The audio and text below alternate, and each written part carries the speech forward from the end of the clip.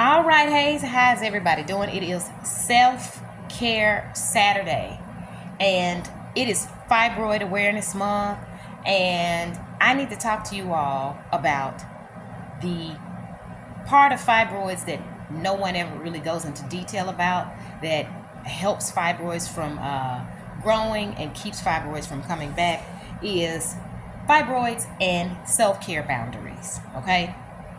Now, fibroids is a non-cancerous condition that affects the uterus, and it is basically tumors on the uterus. It can cause infertility, it can cause heavy periods, heavy bleeding, painful periods, but it is an estrogen dominant condition. And the way that I'm told, I deal with fibroids, but the way that I'm told that fibroids work is your genetics loads the gun, but your environment pulls the trigger. Now, current day in the 21st century, we have more environmental toxins than when I first started having my period back in 1987. Okay? And also, in environmental toxins, there are also emotional toxins that and stressors that we deal with on a daily basis, especially black women. Racism is one that really helps exacerbate or feed fibroid growth, but also stress and self-induced stress with our choices, our life choices that we make, and the way we choose to handle stress and handle situations. We need boundaries. Simply put, we need boundaries, and we need boundaries with family members. We need boundaries with friends. We need boundaries with our jobs. We need boundaries with ourselves. We need boundaries with our husbands, our wives, our kids, our lovers, our friendships. We need boundaries everywhere in our life to ensure that we are taking care of ourselves the best way we know how. And boundaries are not to be mean or to try to control others. Boundaries are for the person that is enforcing them so that we can make sure that we're doing what we need to do for ourselves and not overextending ourselves.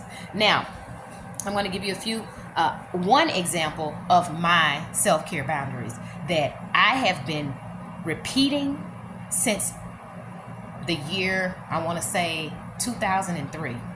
I have a friend, her name is Nairobi. She's also one of my mentors.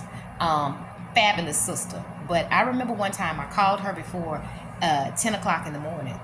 And she told me, she said, CJ, this is when I was going by CJ. I'm Madam CJ now. She told me, she said, CJ, don't call my phone before 10 a.m. and do not call me after 8 p.m.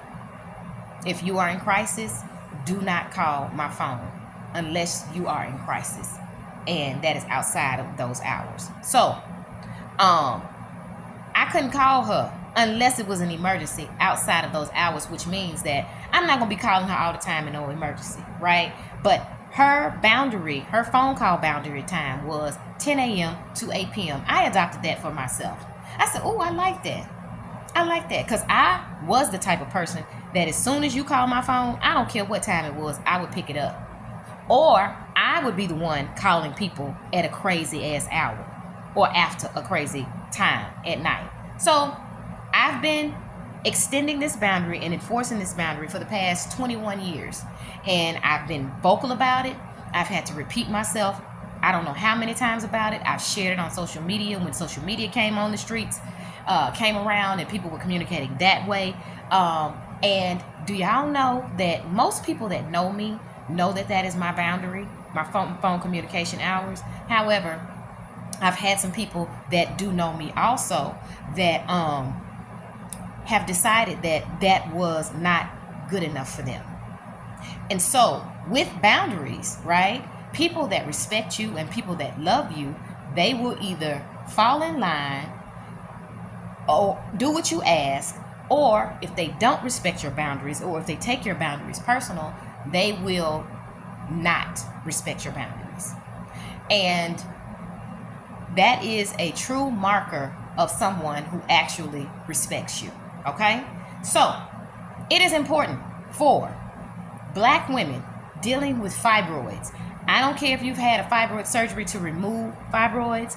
I don't care if you've had a fibroid surgery to remove your whole uterus and reproductive system. Guess what? Because you are preconditioned to have fibroids, you will always have the actual condition, and they may come back even after a hysterectomy. However, there are things that we need to put in place with our lifestyles when we have fibroids, and boundaries being one of them. Just like I just gave you that example, that is one of my top boundaries. If you call me after 8 p.m. and you are not my mama, my man, or my sister, I can't talk to you. And if I tell you this and you get an attitude with me, then we don't need to be in communication with each other. Also, when I'm extending my boundary, I'm teaching you how to show up for yourself. So anyway, that is the Self-Care Sunday sermon today. Boundaries will save your life, and boundaries can actually be very healthy for your whole wellness plan. All right? So anyway, I will see you all next Sunday with another Self-Care Sunday sermon. Leave me some comments below and let me know. Do you have a problem creating boundaries and enforcing your own boundaries? Let's talk about it in the comments. Peace.